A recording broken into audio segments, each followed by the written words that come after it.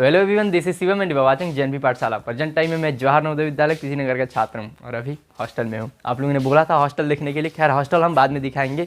अभी इस वीडियो में हम स्पेशली अनाउंसमेंट करने वाले हैं क्लास 9 के इंपॉर्टेंट क्वेश्चंस के लिए। ये उसका फर्स्ट सीरीज है, फर्स्ट पार्ट है। अब इसके बाद से सेकेंड, थर्ड, फोर्थ, फिफ्थ सब आती रहेंगी। सब में इंट्रो मेरा शायद यही रहे, तो मैंने सोचा कि थोड़ा हाउस में ही इंट्रो शूट करता हूं। तो इंपॉर्टेंट क्वेश्चंस की सीरीज होगी, तो आप लोगों के लिए इंपॉर्टेंट क्वेश्चंस काफ़ी तेज़ी से सॉल्व किया जाएगा। तो आप अच्छे से एग्जाम सॉल्व करते रहें। बाकी कोई भी दिक्कत होगी तो मेरे नवोदय दोस्त वगैरह हैं सब, इन सब के हेल्प से आप लोग बोलो। सो आपको कोई भी दिक्कत होता है, कोई भी तकलीफ होता है तो हम नीचे कमेंट करना। कोई क्वेश्चंस वगैरह नहीं समझ में आता है, क्योंकि मैं ये इंपॉर्टेंट क्वेश्चंस की सीरीज़ काफ़ी तेज़ी से सॉल्व कराऊंगा। कोशिश करूंगा कि ज़्यादा से ज़्यादा क्वेश्चंस आप लोगों को कवर करा सकूं, मतलब एग्जाम के समय तक जितना ज़्यादा हो सके। तो आप काफ़ी तेज़ी से सॉल्व कीजिएगा, क्वेश्चंस को पॉज कर करके सॉल्व कीजिएगा, स्क्रीनशॉट वगैरह लेकर के रख लीजिएगा। कोई भी डाउट वगैरह होता है तो आप नीचे कमेंट करके पूछ सकते हैं कि भैया ये नहीं समझ में आया है। उसके बाद से हम कम्युनिटी पोस्ट वगैरह पर भी बातें करते रहेंगे, साथ ही साथ और भी जगह से आप मेरे से जुड़ सकते हैं। तो चलिए अब क्वेश्चंस को सॉल्व करना हम यहाँ से शुरू करेंगे। फर्स्ट क्वेश्चन ये रहा आपके स्क्रीन पे, आपका टाइम शुरू होता है अब।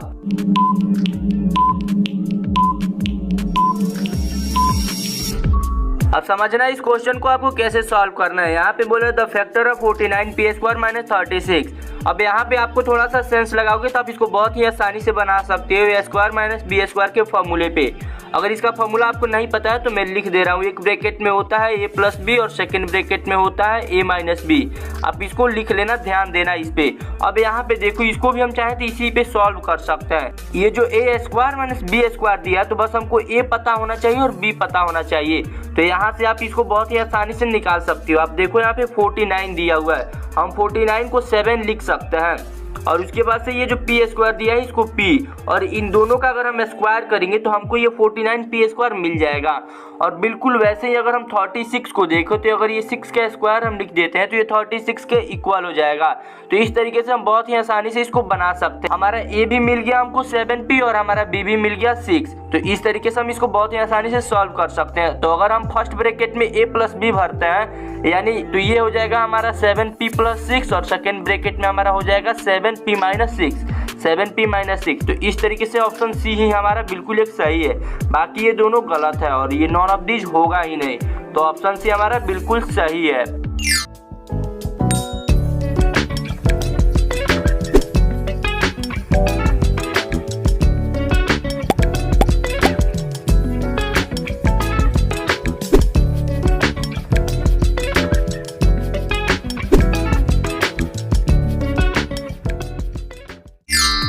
सेकेंड क्वेश्चन ये रहा आपके स्क्रीन पे, आप इसे सॉल्व करना शुरू करो।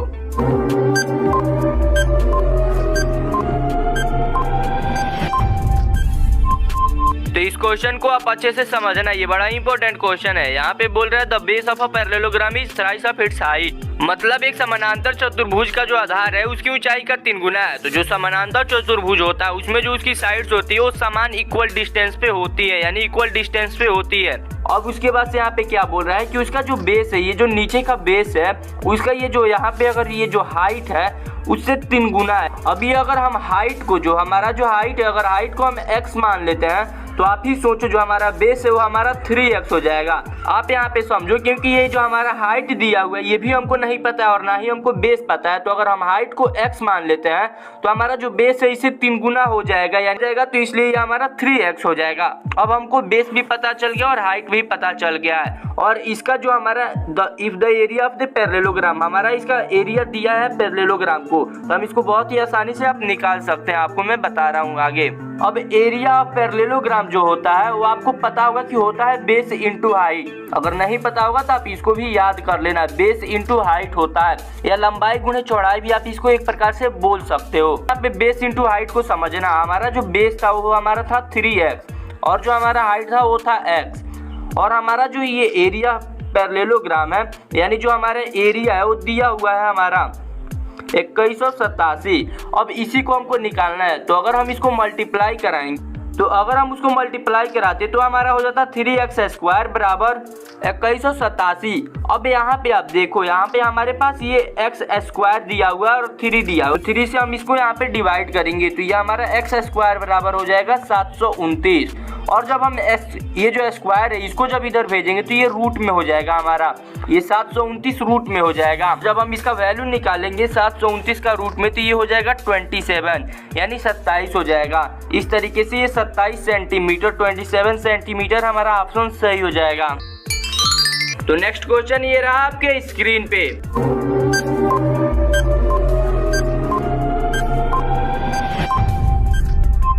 इस क्वेश्चन को आप अच्छे से समझ लेना, बहुत सारे कॉम्पिटिटिव एग्जाम में ये पूछता भी है। यहाँ पे पूछ रहा है the probability of getting a composite number when a 6 faced अनफेस्ड dice is twice.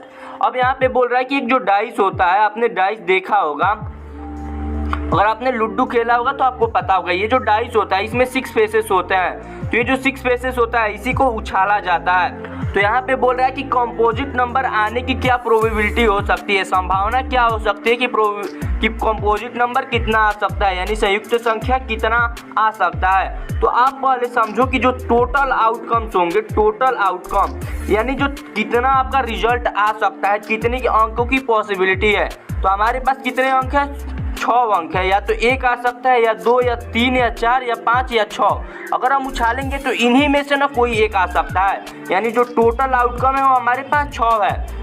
लेकिन उनमें से कितना आ सकता है, 6 में से सिर्फ कंपोजिट नंबर ही आ सकता है। तो अब अगर इन 6 में से हम देखें कंपोजिट नंबर कौन कौन सा है, तो एक हमारा ना ही प्राइम नंबर है ना ही कुछ, एक को हम किसी कैटेगरी में नहीं रखते हैं तो एक को छोड़ दिया जाए। 2 हमारा प्राइम नंबर है, कंपोजिट नंबर नहीं है। 3 भी हमारा प्राइम नंबर है। सबसे छोटा कंपोजिट नंबर हमारा 4 होता है, और उसके बाद 5 भी हमारा प्राइम नंबर है। और यहाँ पे बचा 6, तो 6 हमारा कंपोजिट नंबर है, यानी सिर्फ 4 और 6 ही हमारे पास कंपोजिट नंबर है, यानी 2 कंपोजिट नंबर है। यानी 6 में से 2 ही कंपोजिट नंबर आ सकते हैं, यानी टोटल 6 आउटकम्स में से 2 ही आउटकम्स की पॉसिबिलिटी है जो आ सकता है कंपोजिट नंबर का। तो अगर 2/6 को हम कट करते हैं तो ये 1/3 हो जाएगा। तो इस तरीके से ऑप्शन बी हमारा सही हो जाएगा। तो ये जो क्वेश्चन है ये पूरे वीडियो का चैलेंजिंग क्वेश्चन है, इसका आंसर आप जरूर कमेंट बॉक्स में देना और जरूर इसको सॉल्व करना।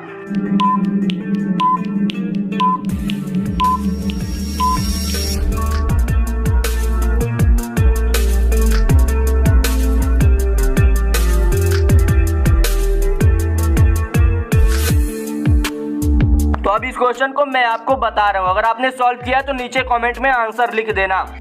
अब यहाँ पे आपको बोल रहा है कि यहाँ पे पहला हमारे पास इक्वेशन दिया हुआ है कि x और ब्रैकेट में x + y + z बराबर 9। दूसरे हमारे पास वैसे ही दिया हुआ है और थर्ड में भी वैसे ही दिया हुआ है, और हमसे पूछ रहा है कि x की वैल्यू क्या होगी। अब यहाँ पे देखो ये बहुत ही कॉम्प्लिकेटेड तरीके से दिया हुआ है, तो इसको थोड़ा सा हम इजी बनाते हैं। पहले इसका 3 इक्वेशन अच्छे से बना लेते हैं। तो पहले यहाँ पे हम इसको तोड़ते हैं ब्रैकेट को फर्स्ट वाले इक्वेशन में। तो जब हम x से x का मल्टीप्लाई कराएंगे तो ये हमारा हो जाएगा x², और फिर x से y क्या कराएंगे तो ये हो जाएगा हमारा xy, और फिर x से z से कराएंगे तो ये हमारा हो जाएगा x और z, और यहाँ पे ये 9 का हमारा 9 ही रहेगा। ये हो जाएगा हमारा पहला इक्वेशन। वैसे ही हम दूसरे इक्वेशन को भी बनाते हैं, तो ये हो जाएगा हमारा yx और प्लस फिर हो जाएगा y², और फिर हम करेंगे तो ये हो जाएगा yz, और बराबर ये हमारा 16। ये हो गया हमारा सेकंड इक्वेशन। अगर वैसे ही हम थर्ड इक्वेशन को भी बनाएं तो ये हो जाएगा हमारे पास zx, और उसके बाद से फिर से हो जाएगा ये हमारे पास का प्लस yz, और फिर से हो जाएगा z², और बराबर 144। तो अब स्क्रीन पे देख रहे हैं मैंने पहला इक्वेशन लिख दिया है। इसी तरीके से हम तीनों इक्वेशन को लिखेंगे ताकि आगे हमको जो भी इनमें ऐड करना होगा या इनको सब्ट्रैक्ट करना होगा या अगर इनका कंपैरिजन करना होगा तो हमको बहुत ही आसानी से हम इसको कर लेंगे। तो अब देख रहे हैं कि मैंने थर्ड इक्वेशन भी अब लिख दिया है। इसके बाद से हम इसका इक्वेशन फर्स्ट, सेकंड और थर्ड लिख देंगे ताकि पहचानने में ईजी रहे। अब यहाँ पे देखो अगर हम इन तीनों इक्वेशन को ऐड करते हैं तो हमारे पास कुछ रिजल्ट निकल के आएगा, जिससे कि मतलब ये एक्सप्रेशन जो है काफ़ी इजी तरीके से हम इसको सॉल्व कर पाएंगे। तो इन तीनों को हम ऐड कर लेते हैं। तो जब हम इन तीनों को ऐड करेंगे तो पहले हम न्यूमेरिकल यहाँ पे जो वैल्यू दिया हुआ है इसको हम पहले ऐड कर लेते हैं। तो ये 144 और 16 160 और 169 ये हो जाएगा हमारा 169 और इक्वल टू इधर जब हम जोड़ेंगे तो यहाँ पे देखो ये थोड़ा कॉम्प्लिकेटेड है तो इसको हम थोड़ा इजी तरीके से जोड़ते हैं। यहाँ पे हमारा एक्स स्क्वायर, यहाँ पे वाई स्क्वायर, यहाँ पे जेड स्क्वायर। पहले हम इसको लिख लेते हैं x square plus y square plus z square और आगे फिर हम प्लस करके अगर फिर यहाँ पे हम जोड़ना चाहें तो देखिए यहाँ पे एक कॉमन चीज हमें मिलती है। यहाँ पे अगर आप देखो तो दिख रहे हो कि एक्स वाई हमारा एक बार आया है, फिर इस इक्वेशन में भी एक्स वाई हमारा आया है यानी 2xy हो जाएगा, 2xy हो जाएगा। और उसी तरीके से आप देखो तो यहाँ पे भी आपको एक कॉमन चीज मिलेगा, यहाँ पे जेड और यहाँ पे भी जेड एक्स यानी 2zx और यहाँ पे आप देखो तो फिर यहाँ पे yz यानी 2yz। तो इस तरीके से यहाँ पे 2 हमारा कॉमन हो जाएगा और ब्रैकेट में हम लिख सकते हैं x y plus z x plus y z. इस तरीके से हम इसको लिख सकते हैं।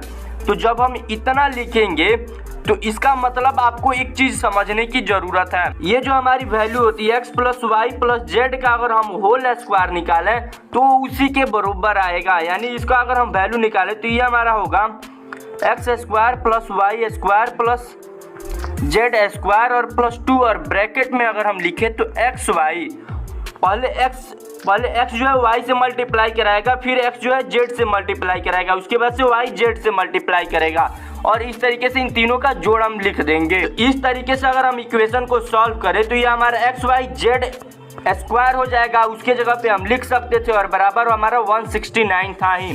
तो इस तरीके से अब यहाँ पे एक चीज समझो, अगर हम इस साइड भी रूट कर दें और इस साइड भी रूट कर दें तो ये हमारे रूट से स्क्वायर कट जाएगा और इस रूट का वैल्यू हमारा 13 आ जाएगा यानी 13 आ जाएगा। अब यहाँ पे आप देख सकते हो कि आपको x plus y plus z का सीधा सा वैल्यू मिल गया 13 यानी 13। तो यहाँ से आप बड़े ही आसानी से यहाँ पे इस वैल्यू को भर करके और x का वैल्यू आप निकाल सकते हो। तो जैसे ही यहाँ पे हम इसका वैल्यू अगर 13 भरेंगे यानी x और x का वैल्यू हम 13 भरे बराबर 9 तो ये जो 13 है इधर आकर के डिवाइड कर देगा तो x बराबर 9/13। तो ये जो x की वैल्यू होगी वो ऑप्शन सी हमारा सही हो जाएगा। तो नेक्स्ट क्वेश्चन को आप सॉल्व करो।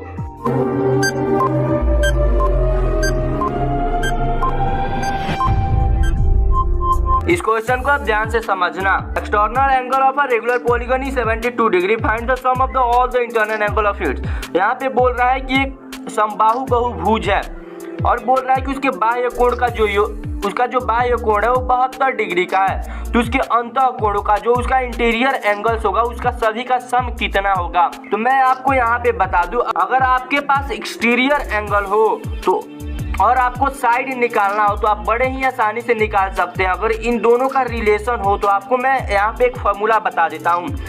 आप 360 बाई और जो एक्सटीरियर एंगल हो अगर उससे आप यहाँ पे डिवाइड करते हो एक्सटीरियर एंगल से तो ये हमेशा आपका साइड निकल के आ जाएगा। इस फॉर्मूले को आप हो सके तो लिख लेना। 360 से आप एक्सटीरियर एंगल को अगर डिवाइड कर दो तो आपको साइड पता चल जाएगा। तो अगर यहाँ पे हम 360 को डिवाइड करते हैं 72 से तो ये हमारा कट जाएगा 5 बार में। अब यहाँ पे तो हमारे पास एक पंचभुज आ गया। अब आप देखो इस तरीके से पंचभुज को बनाया जाता है तो आप यहाँ से भी बड़े ही आसानी से पता कर सकते हो। मैं आपको शॉर्टकट ट्रिक बता दे रहा हूँ, आप ज्यादा तामझाम में ना फंसना। अब आप ऐसे पंचभुज बना लेना और आपसे पूछा जाए इसका इंटीरियर एंगल का सम क्या होगा तो आप इसको कुछ बराबर भागों में बांट लो।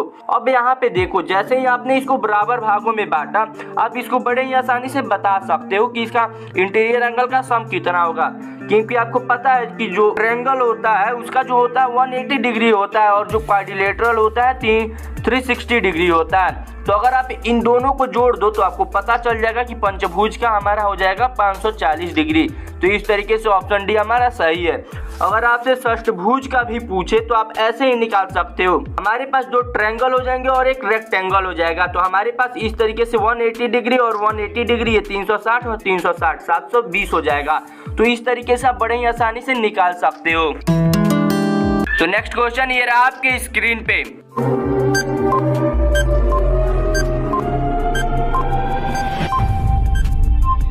इस क्वेश्चन को भी आप अच्छे से समझना। In the given figure if the L parallel to M then the find the value of X। यहाँ पे एकदम सिंपल सा दिया हुआ है, जो भी काम करना है यहाँ पे फिगर में ही किया है और यहाँ पे ये दोनों आपस में पैरेलल है।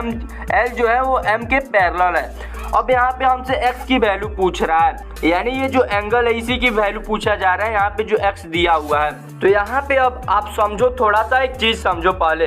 अगर यहाँ से अगर हम बीच में एक और लाइन ड्रा कर देते हैं, ये भी पैरेलल हो L के और M के, तो यहाँ से आपको एक चीज पता चल जाएगा। जैसे कि ये जो L है और यहाँ पे हमने मान लिया कि इसको हमने N ड्रा कर दिया पैरेलल, तो ये जो एंगल है यहाँ पे जो 100 डिग्री होगा, उसके बाद से यहाँ पे जो एंगल बनेगा, तो ये जो एंगल है और यहाँ पे जो एंगल बनेगा, ये दोनों का जो सम होता है वो 180 डिग्री होता है बाय द को इंटीरियर एंगल। तो इस तरीके से भी हम यहाँ पे निकाल सकते हैं। तो आप यहाँ पे देखो, यहाँ पे 100 डिग्री है, तो यहाँ पे जो हमारा एंगल होगा वो हो जाएगा 80 डिग्री का।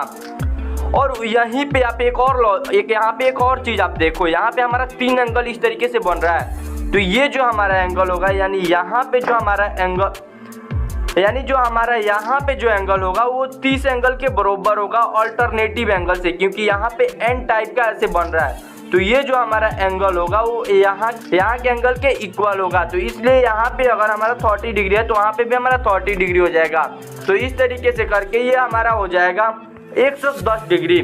तो इस तरीके से इस पूरे एंगल का जो वैल्यू होगा वो तो हमारा 110 डिग्री आ गया, लेकिन इस पूरे एंगल का बराबर हमारा दिया हुआ है x+5, लेकिन हमसे जो वैल्यू पूछा गया वो सिर्फ x का पूछा गया है, यानी x का मान क्या होगा।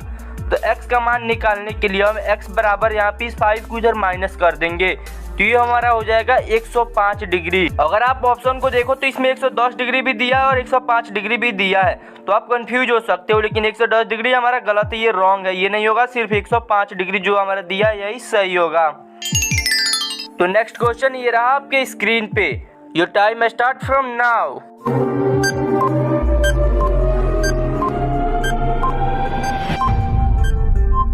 अब इस क्वेश्चन को कैसे सॉल्व करना है आप थोड़ा अच्छे से समझना।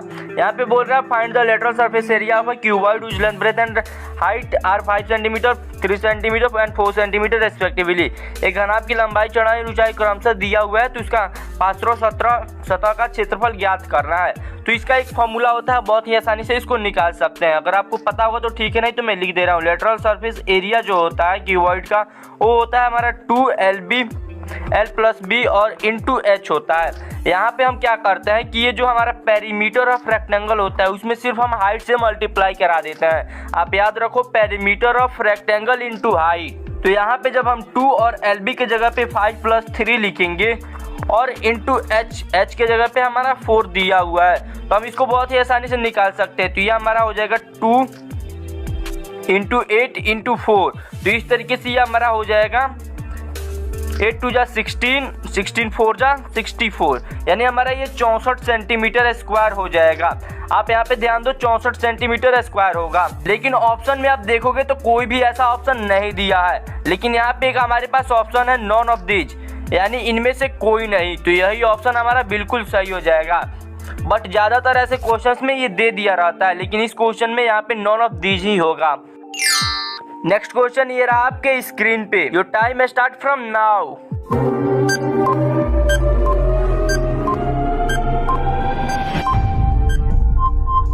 अब इस क्वेश्चन को भी आप अच्छे से समझना। इस तरीके के क्वेश्चंस कॉम्पिटेटिव एग्जाम में बहुत ज्यादा आते हैं। यहाँ पे बोल रहा है Ramu invested an amount 8000 at the interest rate of 10% per annum compounded for 3 years. यहाँ पे आप देखना, ये कंपाउंड इंटरेस्ट है, यानी CI है, उसका क्वेश्चन है। यहाँ पे बोल रहा है कि फाइंड द कंपाउंड इंटरेस्ट। तो आप इसको 2 तरीके से निकाल सकते हो। एक तो तरीका है कि आप हर एक ईयर का 8000 पे 10% इंटू 1/100 ऐसे कर करके जितना आ रहा है उसके बाद से इसमें ऐड कर करके इसको निकालते रहो 3 बार। तो इस तरीके से आपको बहुत ज्यादा टाइम लग जाएगा। लेकिन दूसरा तरीका क्या है कि आप सीधे CI के फॉर्मूले पे रह करके इसको निकाल सकते हो। तो जो CI का फॉर्मूला होता है उसे आप एक बार देख लो। ये होता है P और यहाँ पे 1 प्लस यहाँ पे जो R होता है हमारा बाई 100, और यहाँ पे जो टाइम रहता है वही लिख देते हैं हम। और उसके बाद से जितना भी ये इसका वैल्यू आता है इसको हम P से माइनस कर देते हैं, यानी जो हमारा ये प्रिंसिपल दिया हुआ है इसे माइनस कर देते हैं, तो हमको कंपाउंड इंटरेस्ट पता चल जाता है। तो चलिए इसी फॉर्मूले पे हम उसको सॉल्व करते हैं। हो जाएगा 8000 1 प्लस यहाँ पे r/100 का पावर 3 हो जाएगा, यानी हमारा जो ईयर दिया है वो 3 ईयर दिया है। और उसके बाद से जितना भी हमारा आएगा इसको 8000 में से माइनस कर देंगे। तो इसको अभी हम नहीं लिखते हैं क्योंकि थोड़ा सा ये कॉम्प्लिकेटेड हो जाएगा, स्क्रीन पे हो नहीं पाएगा। इसको अब यहाँ पे सॉल्व करते हैं। तो जैसे ही हम इसको सॉल्व करेंगे तो यहाँ से अभी हमको कुछ नहीं करना, ये 8000 वैसे ही हमारा रहेगा, लेकिन यहाँ पे r के जगह पे हम 10 लिख लेते हैं क्योंकि हमारा ये 10 दिया हुआ है। तो ये 0 से 0 कट गया और 10 1 जा 10 और एक ये 11/10 और इस पे पावर 3 और इंटू 8000, ये हमारा एक वैल्यू आ गया। अब इसको थोड़ा नेक्स्ट स्टेप में सॉल्व करते हैं। तो यहाँ पे आप 8000 into 11 into 10 into 11 into 10 into 11 into 10 इसको 3 टाइम्स लिख सकते हो। अब यहाँ पे देखो मैंने लिख दिया। अब यहाँ पे आप क्या करो कि 0 से 0 0 0 0 इसको कट कर देंगे और उसके बाद से जब इसको आप तीनों को मल्टीप्लाई कराओगे यहाँ पे सिर्फ हमारे पास 8 बचा हुआ है और यहाँ पे 11 इंटू 11 इंटू 11, तो ये जो हमारी वैल्यू आएगी वो आएगा हमारा 10,648। आप इसको ध्यान से देखो 10,648, लेकिन मैंने बताया था कि आपको इसको 8000 में से माइनस भी करना है तभी हमारा CI पता चलेगा। ये जो अभी हमारे पास अमाउंट है ये अभी मिक्स्ड अमाउंट है, तो इसको जब हम माइनस करेंगे यहाँ पे तो ये जो हमारा वैल्यू आएगा वो आएगा 2648। तो इस तरीके से ऑप्शन भी हमारा बिल्कुल सही हो जाएगा। तो नेक्स्ट क्वेश्चन ये रहा आपके स्क्रीन पे। ये देखने में जितना कॉम्प्लिकेटेड है उससे कहीं ज्यादा इजी है।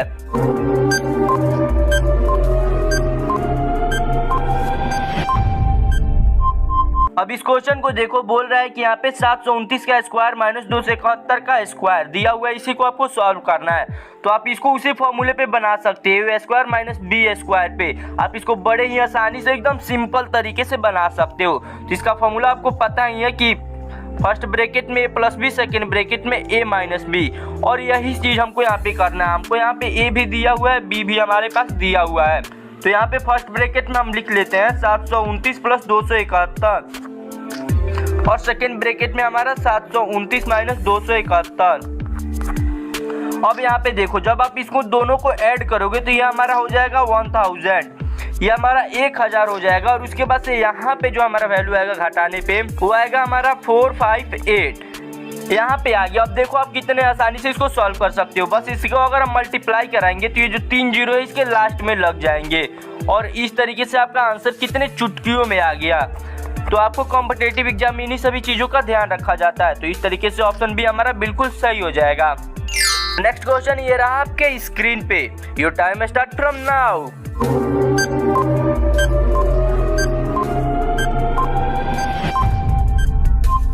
अब ये क्वेश्चन बड़ा ही इजी है, बड़े ही आसानी से इसको बना सकते हैं। अगर थोड़ा सा एक छोटी सी मिस्टेक आप ना करो तो वो मिस्टेक क्या है मैं आगे आपको बता दूंगा। यहाँ पे बोल रहा है कि square of 9x minus 7xy। यहाँ पे बोल रहा है कि ये जो 9x है माइनस 7xy है इसका आपको स्क्वायर करना है, इन दोनों का आपको स्क्वायर करना है। तो अब यहाँ पे देखो जैसे क्या होगा कि कई लोग तो इसका ये आंसर लगा दिए होंगे, लेकिन ये गलत है क्योंकि यहाँ पे जो हमको तोड़ना है a माइनस बी के होल स्क्वायर पे तोड़ना है। और इसका फॉर्मूला आपको पता है कि क्या होता है, ये होता है हमारा a square plus b square और माइनस 2ab होता है। अगर नहीं भी पता होगा तो आप इसको याद कर लेना, a square plus b square minus 2ab। कई जगह पे ये माइनस 2ab इधर लिखा रहता है और b स्क्वायर इधर लास्ट में रहता है, इससे कोई भी फर्क नहीं पड़ता है। बस ये जो प्लस और माइनस का गेम है ये सही होना चाहिए। तो इसी तरीके से जब हम इसको सॉल्व करेंगे, जब इसका हम स्क्वायर करेंगे तो यहाँ पे देखो जब हम इसको स्क्वायर करेंगे तो ये हो जाएगा हमारा 9 का स्क्वायर करेंगे तो 81x स्क्वायर, और उसके बाद से फिर 7 का हम करेंगे तो ये हो जाएगा प्लस 49 और यहाँ पे x का स्क्वायर और ये y का स्क्वायर। और उसके बाद से जब हम इन दोनों, उसके बाद से हमारा ये माइनस हो जाएगा और उसके बाद से इन दोनों का हम मल्टीप्लाई करा करके 2 से मल्टीप्लाई कराएंगे। तो इस तरीके से जब हम कराएंगे तो ये हमारा 2 इंटू 9x इंटू 7xy होगा हमारा। तो इस तरीके से जब हम करेंगे हो जाएगा हमारा 126। यहाँ पे ये x ये जो x और x मल्टीप्लाई करेगा तो ये x स्क्वायर और ये हमारा y, तो ये हो जाएगा हमारा माइनस 126x स्क्वायर y। तो इस तरीके से जब आप देखोगे तो सिर्फ ऑप्शन सी ही हमारे पास सही है, बाकी ऑप्शन जो डी है ये भी हद तक सही दिया है, लेकिन यहाँ पे हमारे पास 2 से मल्टीप्लाई नहीं करा है, यहाँ पे सिर्फ 63 दे दिया है। जबकि अगर यहाँ पे 2 से मल्टीप्लाई करा था तो ये भी ऑप्शन हमारा सही हो सकता था।